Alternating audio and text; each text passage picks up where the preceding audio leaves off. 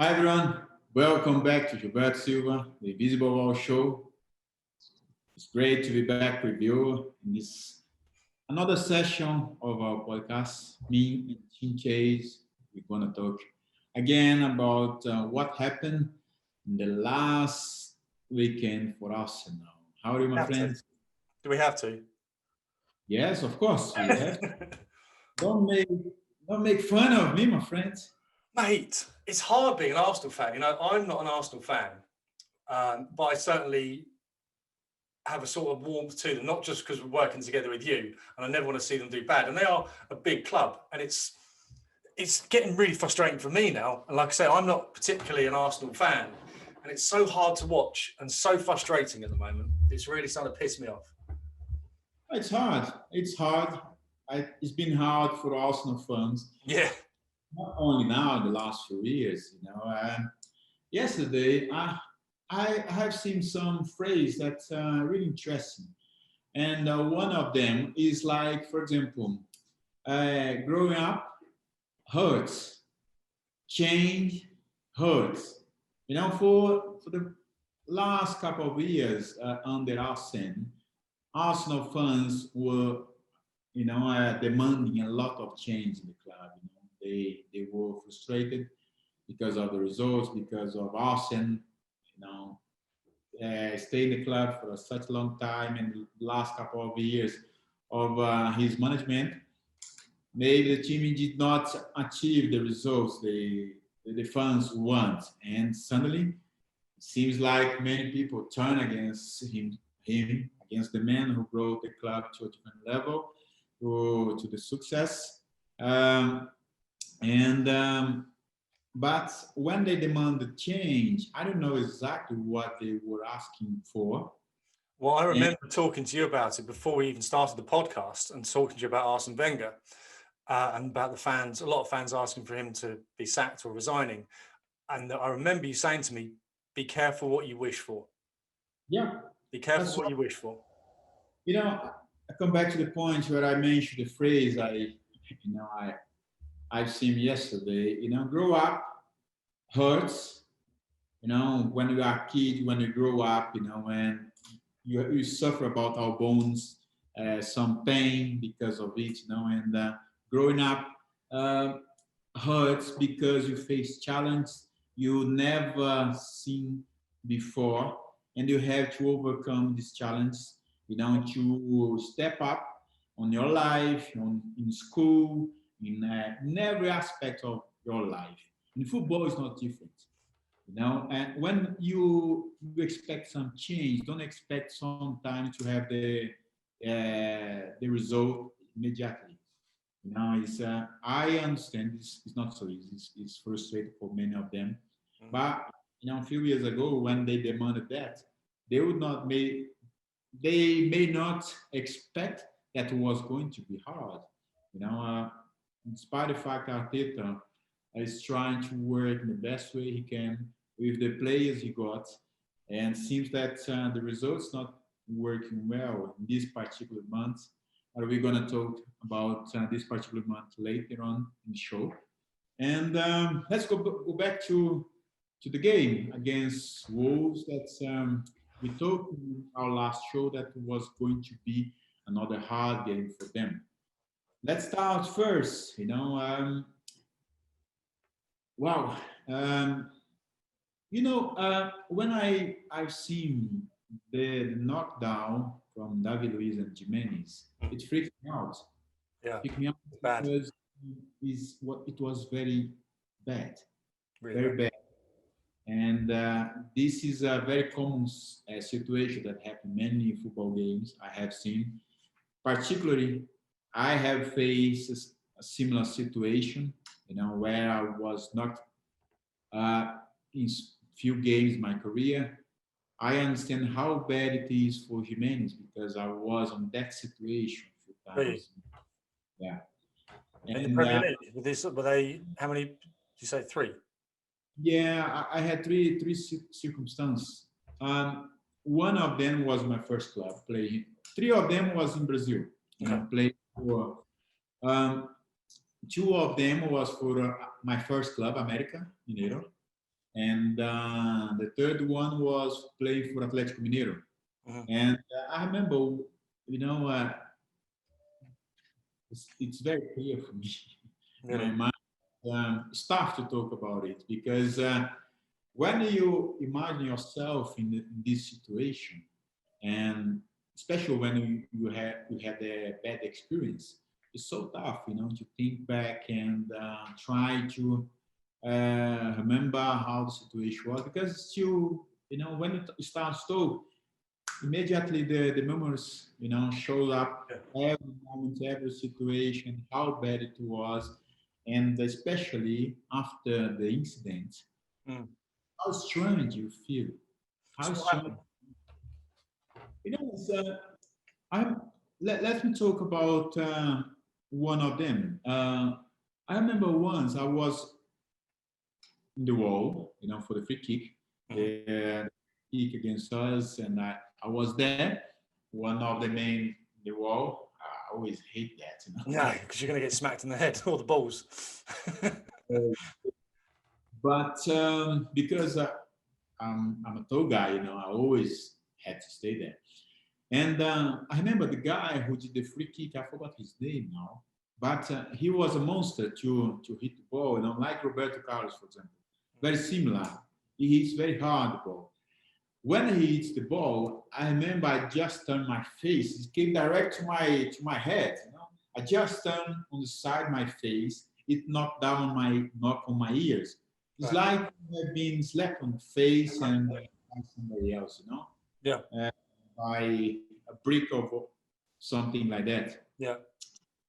And immediately I just got knocked. Knocked Uh, out. and I was knocked out on the floor. I don't remember much. I remember that the doctor came, the physio, to help me, and they pulled me out. And a few minutes later, I came back, and but I don't remember anything I had Really? on these moments I stayed. My teammates told me that I have stayed for about 15 minutes on the field, but I don't remember anything I have done. They said to me that I shout on everyone, I kick the ball away, and put them up. Hey, come on, come on, come on! Let's win the game, blah blah blah. But Yeah. honestly, I don't remember anything. And Really? then I fall down again and Pass that just again. up in the dressing room when the game was over in the second Wow. half. That's I scary, don't man. know, but I was rushed to the hospital after the game. Thanks God, everything was fine. But I had to stay overnight in the hospital, just make sure everything was fine. But Mm. this is a horrible moment.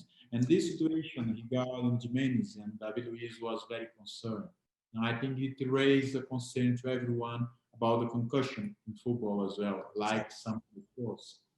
Yeah, 100%. Because I think cricket do it well, rugby do it well, American football do it well. It seems like football, real football, is really far behind the curve on this. There should be like David Luiz had a mid cut in his head and then taken off at half time because he couldn't head the ball because his cut was so bad. There needs to be better, and I think everybody's saying it. I saw Alan Shearer talking about it on Match of the Day. There needs to be a better protocol for this. And there needs to be better information, better education for this, and better rules. Why can't they just do the rule now? Why is it taking so long? I mean, American football is obviously much more dangerous and they have a lot more protection, but it's generally probably a concussion every single game. But the incident that you just spoke about that happened to you, I don't think that would happen now. I think that if you go knocked out, you can't play for 3 games or something. But it still needs to, like David Luiz shouldn't be on the pitch. And I think we spoke about Ryan Mason, didn't we? Because he had a very similar injury which ended his career from the head challenge with Gary Cahill. And that actually ended his career and could have ended his life because him and had an operation yesterday on his fractured skull. So it's scary old times, but I don't know how you would get away with that because I think we were just talking about it before we started filming that Jimenez was jumping on the spot basically, and he caught it on the side of his head like you did when you got hit by the ball. but David Luiz was running towards the ball, so he had the momentum behind him, and it was obviously his forward, which is much harder. Yeah. So I don't know how you can stop the challenges. You just have to make sure that the care afterwards is okay. You know, it's a game of football. We can't stop headers in football. It's crazy to even suggest that. And incidents like this will happen, as awful as they are.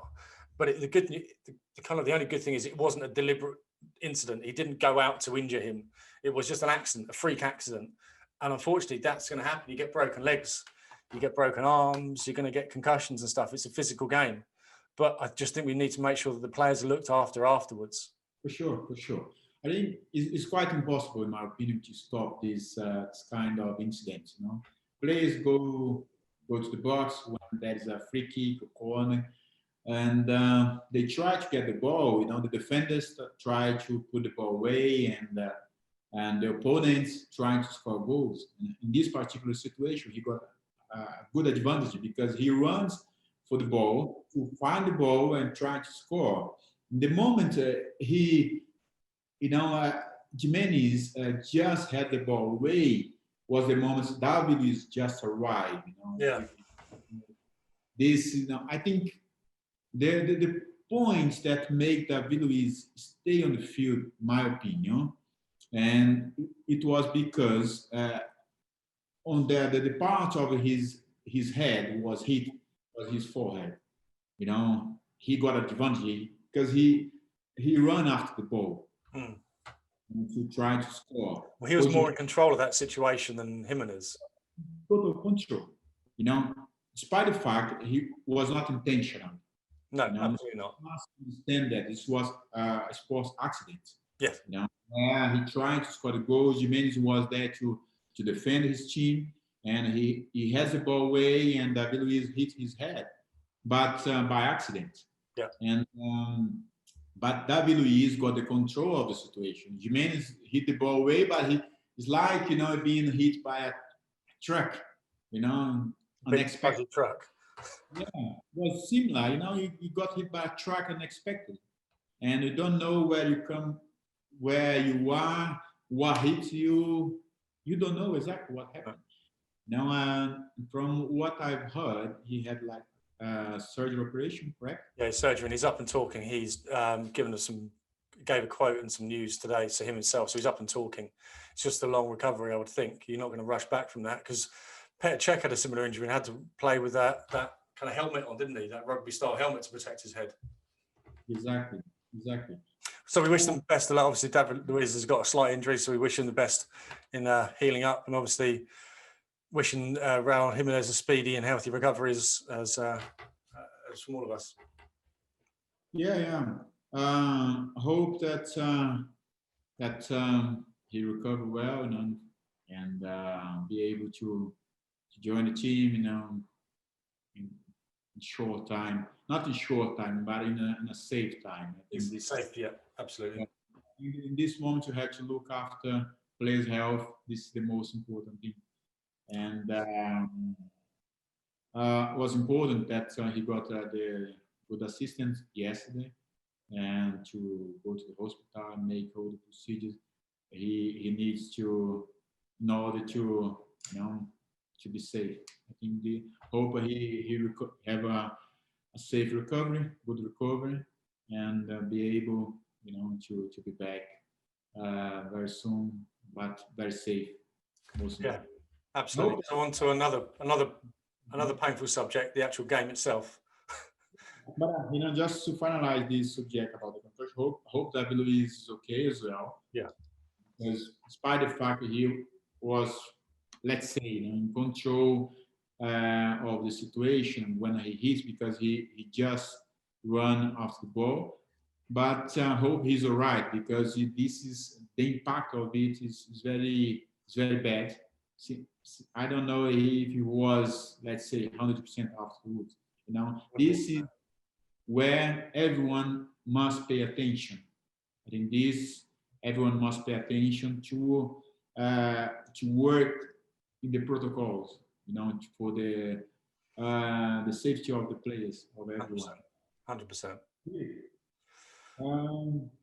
Yes, let's move on to the game. As we spoke, and Wolves was going to offer a lot of difficulties to Arsenal. Was not different from what we spoke last week.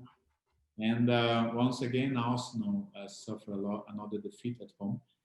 It was hard, and they conceded a goal at the 26 minutes after. And after this, Gabriel just equalizing quite fast. I was expecting, a good reaction after the equalizing goal. Mhm. Sure. Yeah, I did.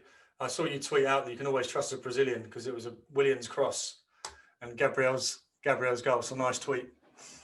So yeah, so look, I've already said that I'm not a massive Arsenal fan, but it's tough to watch because they're a great club and I do have a certain fondness for them. And obviously, talking about them every week, my fondness for them to get back to where they should be, it grows. But I was thinking about it over the weekend, and being an Arsenal fan at the moment, it's kind of like when you're at school and you fall in love for the first time, but the girl doesn't love you back. It's like that. You do everything for her. You try to impress her. You feel like you're giving everything, and she doesn't give you much back in return. It's like unrequited love. You don't have so much sympathy for my Arsenal, but for sure it's been hard, as we mentioned at the beginning of the podcast, Yeah. Growing up is hard, it's painful, and the changes also are very painful, and in the moments that Arsenal has faced some change in the management and the board and some other administration side, what we can see on the field is that just a few changes was made in terms of signing players. Not many signings compared to the last few years compared to the other, let's say, top teams. Mhm. And some, for example, we talk before they signed Thomas Partey. He's injured. It's tough. Well, I was going to say, so is he that much of an impact on the game? Because he obviously played against Man United and made El Neni a better player. And that's the last time Arsenal won. Since then, he hasn't played for 3 games and Arsenal have lost 2 and drawn 1. Is he that much of an impact on Arsenal? And is he that much of an important player? That game you mentioned, him and El Neni playing together. I'm not so sure. I didn't watch Villa's game, the game against Villa, if El Neni played. But the last 2 games, I think El Neni haven't played for Arsenal. I think El Neni played, but Partey didn't. Yeah, they have different information. For yesterday, El Neni was on the bench, and for me, despite the fact not many people give him a lot of credit, but I still, believe that he got an ability to be part of the team, to give, let's say, a better stability. He works simple. He works simple, effective. Don't expect that he'll be like the on the spotlight. He's a player who make others play. There in front of the defender, play the game simple, nice, effective. But he didn't play this game. In that game, he played with Thomas. I think they had a very good performance. He has a very good performance, and we spoke about it. And but not played in the last 2 games. But it's Arteta's decision. And but one important thing for me, the moment for us, is that they have to, in these difficult times where the result is not the best, especially when we look at the Premier League, after I think 10 games, only 13 points. It's tough. I think from what I've seen, I think it's the worst start for in the history of the club. Yeah. 4 points out of the last 12? Yeah. So the last 4 games is 4 points. It's just not good enough, mate, is it? I mean, out of the teams in the Premier League, Leeds and Aston Villa should be one of the easiest teams to play against. It seems like everybody else has a few skillful players, but everybody works their arse off. and the people that aren't quite as skillful work their arse off, press high, and then give the ball to the talented people to go and score the goals. And it doesn't feel like Arsenal have that urgency to go and win the games that every other team in the Premier League does. And I think that's what's holding it back. And I think that's what's frustrating from the fans, because I don't think Arsenal have no talented players. I think they have some very talented players. I think that they're talented and that's it. I don't think they're talented and hard workers. I think the moment for them is to put all the frustration on the field, I've been told, of course, I'm not going to be the negative person. No, it's not your personality. That's why I'm here. Yeah. It's not, but it is not the aim of our conversation here. The point we made about the teams is just the opinion from what we have seen on the field. But when you talk about change that was made in the club, they changed the managers after Arsene, United came, now Arteta, but basically most of the players is still there, and it's time for these players, where is the situation, where's the point where that needs to be changed exactly, the players are doing enough effort to change their own situation. It's a moment for them to work even hard from what they have done. The point, for them, and show up. They got capability to work in this frustration, but also resilient to support the pressure. Be strong mentally to support. At some point, it seems like what looks like for me, most of the clubs when they are going to play with Arsenal, they explore the situation. Let's have a go at Arsenal, because if we score, they lose their stability. Yeah. But it's a moment for them to stay together. Stay together is the best way, and believe on Arteta, support him. I'm sure he's working very hard, and I'm sure it's been tough to him to be resilient down to all difficulties he has faced since his arrival. They got some players, but there is a lot of work, to be done in order to Arsenal to reach the top four again, in order to get the results they really need, in order to play a beautiful game again. But this is a kind of work that everyone has to believe, everyone have to work hard to achieve this, managers, I think he's working hard, players, they need to work even harder, and everyone take the responsibility. And then, was quite hard, because seems like the game was more or less under control. Before halftime, they concede the second goal. It's hard that you go to the dressing room frustrated, to consider another goal.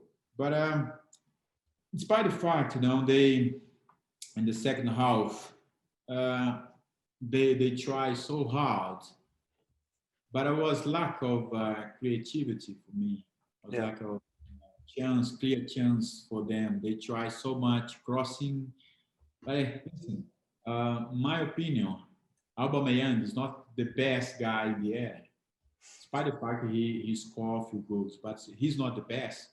It was different if Arsenal had Olivier Giroud as they had in the past. David Bentner, they had in the past. We played together when I was there. They, Adebayo, for example, those guys were type of players. They like the game there, but not Aubameyang. No. You must take a chance where you give him the ball to challenge the defenders 1v1.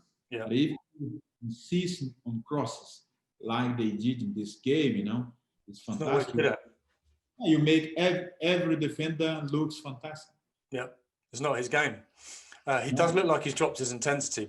You mentioned that earlier. It doesn't look like he's as intense as before, and maybe he's the weight of being the captain is weighing heavily on him, and so he's under even more pressure. which he hasn't experienced before. But yeah, he certainly looks like he's someone suffering. Obviously, lack of goals at the moment. I think he scored a penalty against. Was it a penalty against Man U? He scored a Man U, and that's his only goal. You know, he's not really scored many other goals, but it's the intensity. But it's the same throughout the team. Everyone looks scared, lack of confidence, and it just needs to be a bit more intense. Really, it's. We say the same thing every fucking week. Do you know what I mean? Every fucking week. We have been repetitive because this is how. We need to change it from talking about Arsenal. Let's start talking about the weather. Gilberto Silva talks about the weather. No, the weather here today is good. It's great here. Yeah, but you know, it's like for me, whatever striker, when it's very frustrated for them when they don't score goals. You know, their mood changes. Yeah, maybe this is the point when we see, you know, people talk about his intensity. That Aubameyang lost his intensity. He lost his intensity. Why? Make the question why. You know, what point? I think this is the point. Why he lost his intensity? This is the reality. He lost his intensity, or the ball is not there for him to be intense. Exactly. Point. I think we have to think about it. It's not just show out words on him properly. And of course, when you are captain of Arsenal, you know, you are the main player, the responsibility is on your shoulders. You have to live with this responsibility. You have to stand up and hold the pressure. But, you know, every other players have to work, you know, better in order for him to be intense, in order to give the ball to him, to go 1v1, make the ball go in a better situation for him, circumstance for him. Of course, you know, when you see the law before he signed the contract, people talk about, you know, they made a comparison. But listen, it's not about that. I think Arsenal was in the moments from last season, they had a few good games before the end of the season, and he was important in this process as well. Now the team is not playing their best. Is normal that he drops down. It's normal. Yeah, and it shows how much they rely on his goals. If he doesn't score, Arsenal lose. There's no goals coming from anywhere else. Other players need to stand up and take the pressure off him a little bit. It's not always going to be Aubameyang scoring 2 goals every game. Yeah, but it is clear for me that you know there is a slight of change in the way he has been playing the last few games. It's not. My opinion is that he's not getting the ball in the best position in order to make the game easy for him. You know, I think everyone need to understand that when you have a player like him, he will demand the ball. He wants to get the ball, but make sure you give the ball in the best condition for him. And everyone needs to work hard. There's no other way. I think. I think it's quite unfair. Everyone just look up on him at the moment and put pressure on him. Of course, you know, everyone expects him to score every week. Yeah. And for him, it's even harder because another game he didn't score. If you even frustrated, if he goes to the next game, he don't score. He start to ask him questions for himself. What's wrong with me? Yeah. What's wrong? And so does all the newspapers, so does everyone else, interviews, everyone asks him about it. No, it's not. The pressure builds and builds and builds. Yeah, I think for him, don't look what people are talking about, you know, just keep concentrating his work, keep working hard, you know, with his teammates, with the manager, you know, everyone is stick together. But one good point I want to mention is talk about a Brazilian. Hey, careful! This is a family show. It's not everything, you know, on a different way. Positive. Let's be more upbeat. There's people listening to this. They're going to be throwing themselves in front of a train. Let's be more upbeat. Change people's lives. Let's be positive. Give us some good news, Gilberto. we make our points here, but I see some things important. For example, Gabriel Magalhães, since he joined the club, in my opinion, he has been very stable. He's doing well. He's growing up.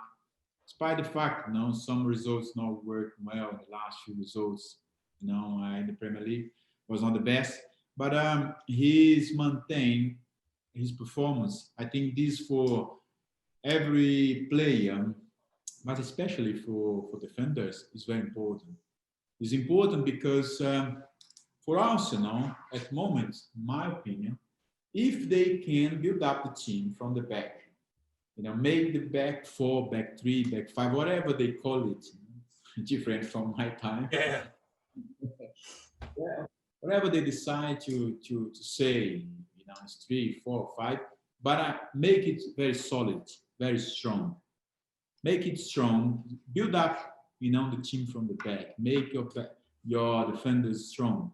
Yeah. Make the central midfielders strong, solid to protect the back four, back three, as they may call it.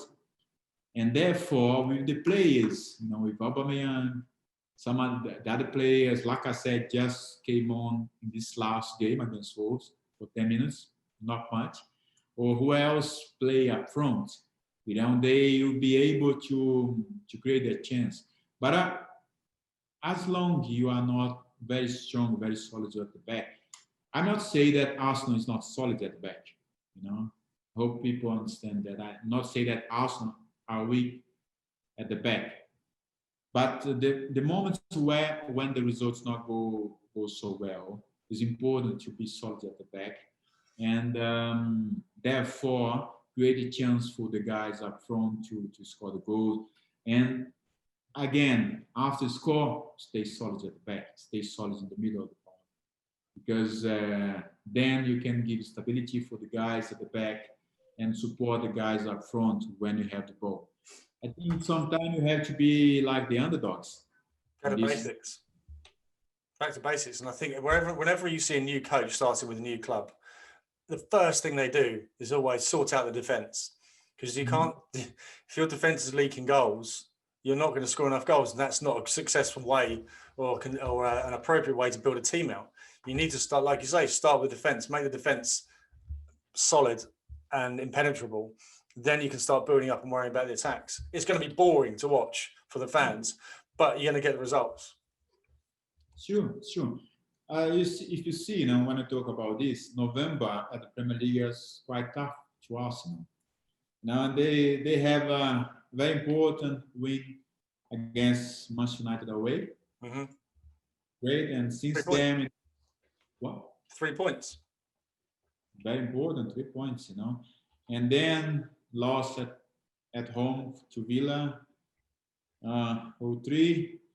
Drew against Leeds, and lost again at home to Wolves. Yeah. Only 4 points out of 12. Was quite tough month, but not the end of everything. No. Also, the one bit of good news is I predicted the score for Wolves. I said it was going to be 2-1. Once again, what do I win? Can I have a signed shirt? You are becoming a nightmare for me.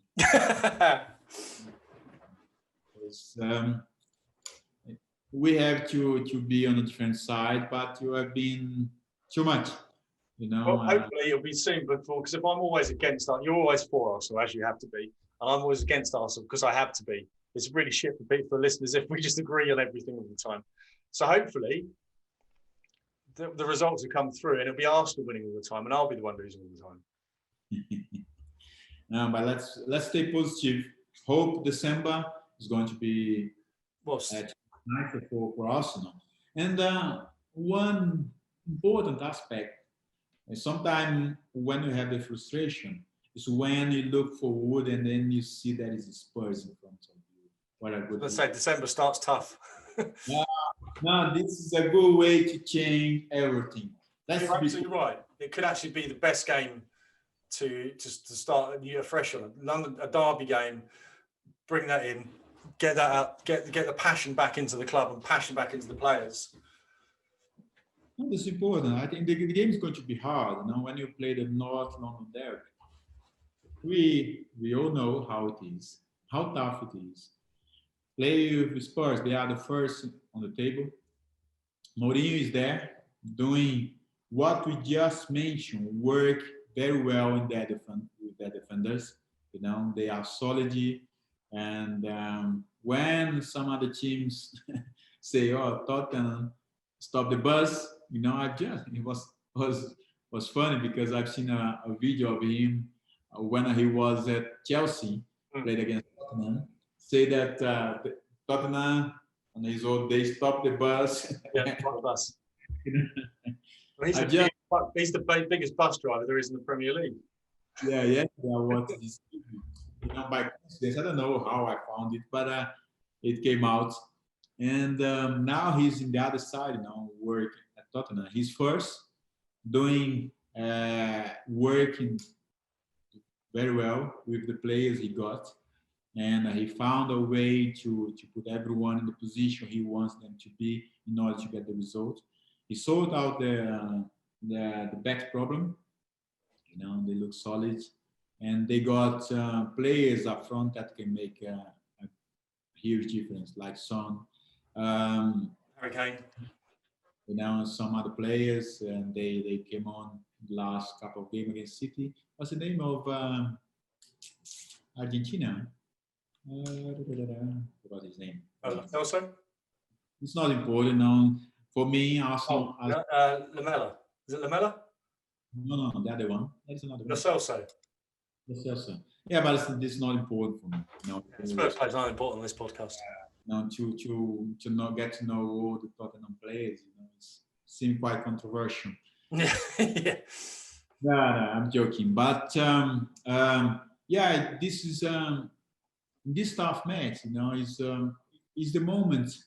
It's not always when the best team may win the game. It's not absolutely right. Sometimes you are not playing well. Is a great opportunity to you to change your situation. Now Arsenal go to this game, in my opinion, as the underdogs.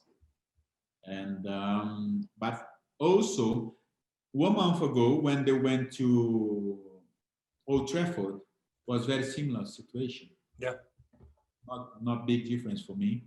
And they have another opportunity to change the way they are playing, focus in this game, and get a good result. But Mourinho, as we know, is going to use all his motivation when he plays against Arsenal to motivate his players and to motivate them to have a go at Arsenal again. Because sometimes, when you see his words, sometimes it's quite personal with Arsenal. It's an extra motivation. Not exactly personal, but it's a kind of extra motivation. Mm-hmm. But as a manager, he's right. He's right because he has to give the confidence he got when he goes to a bigger games and to influence his players. And I hope the other side for Arsenal, as Arteta, motivate everyone, because this North London derby, don't expect anything easy. Don't expect anything that is going to be calm, because if it's too calm, there's something wrong, friend. No, exactly. So what are the predictions? I always positive. Come on. I'm always positive. Let's go 1-0 Arsenal. I'm going to say 5-0 Spurs. No, I'm joking. I'm going to go 3-0 Spurs. I know it's not a nice thing to say. I just have a feeling. Let's see. I hope I'm wrong. I genuinely hope that I'm wrong, and I hope that you're right. And I hope it's actually 3-0 Arsenal. But let's see. Be interesting. Just to see this game. I'm really looking forward to this game. Hope Arsenal once again learn from things from the last game. And but before this derby, North London derby, there is Europa League, important game. I hope they go back to this competition, do well, and bring the extra motivation for the next weekend. We are looking forward to this. It will be tough, but as an Arsenal fan, we have to stay positive and motivated. Look forward for that, my friend. Yes, Thank you once again. No worries. Oh, we've got one more exciting thing to talk about. Yeah, sure. I don't know if you've seen on Gilberto's listeners, I don't know if you've seen on Gilberto's social media, but he's actually launched a store where you can buy merchandise and the products. I actually got a hat here. So the hats are epic. I don't know if you're watching on YouTube, you can see it. So the hats are absolutely amazing. This is currently my favorite hat. I get loads of comments on it saying where you can buy one. It's like you can't buy it yet, but it's now open. So it's the hoodies also are spectacular. If you're someone like me who loves lounging around in the house in a nice hoodie, I've got two, and I've worn them constantly for the last 3 weeks. So unfortunately, they're in the wash. But to launch his store, when Gilberto was living in London, we wanted to do some signings. So he would sign a shirt. If you bought a shirt, he would sign it for you and send it back. Unfortunately, we're having problems with postage out to Brazil. So we have to send him, Gilberto, the shirts to sign, and he has to send them back. Unfortunately, there's about £600 worth of merchandise waiting for somewhere in Brazil for Gilberto because there's a postal strike. So what we've done is Gilberto had the idea of everyone who buys something from the True Challenge store, so there's other stuff in there as well, but anyone who buys either something from the Gilberto store or the True Challenge store will get invited to an online event, and that will only be invited, if you buy something, you're definitely getting in. So it will be on Zoom, and it will be around Christmas time. So between now and Christmas, if you buy something from Gilberto's store, you get to speak to him live. And if you want to, you can go live with them, ask them a question. If you're not quite brave enough, you can just type it in there, but it's going to be free for everyone to join in. It's a nice little thing for us that Gilberto wanted to do for the people that's kind of buying products and things. And people have been listening to the podcast for a year now, mate. Been going for a year. So, so buy some from the store and you'll get an email back saying, here are the details for the live show on Zoom. So I think it was a great idea from you, mate. Nice way to do something for the fans for Christmas. That'll be amazing because this first year of the podcast, people have been follow us, send me a very positive messages about our conversation here, being a positive way. We try to be as much as we can, very honest, always honest, but not being too negative, especially when we talk about Arsenal. Of course, you are on the other side, sometimes we make like that.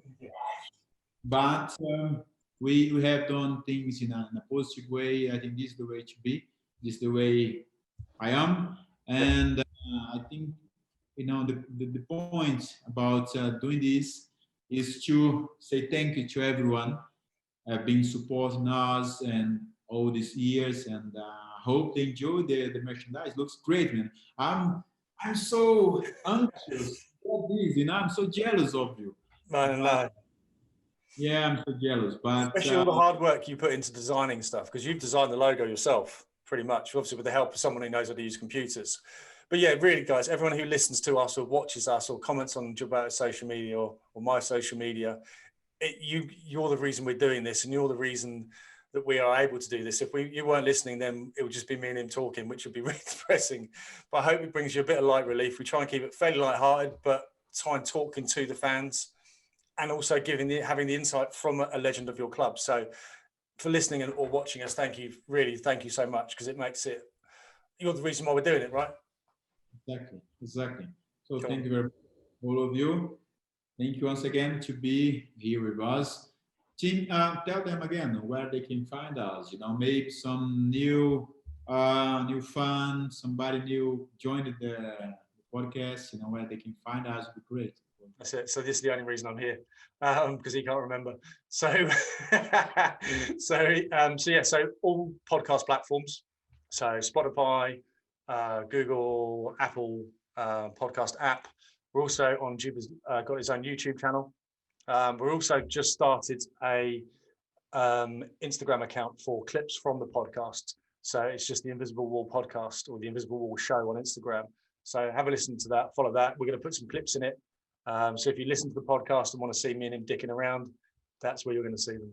Great. And very soon we will bring some more guests for. Oh yeah. We have a very good list. We are keeping secret now, but very soon we will have them with us here. Yeah, I don't know if you know, but it's quite hard to liaise with footballers. Sometimes it's quite tough, but we get there. We get them. Yeah. Very soon in show. Nice one, mate. Great. Fantastic. Thank you once again. Have a great day. Bye-bye.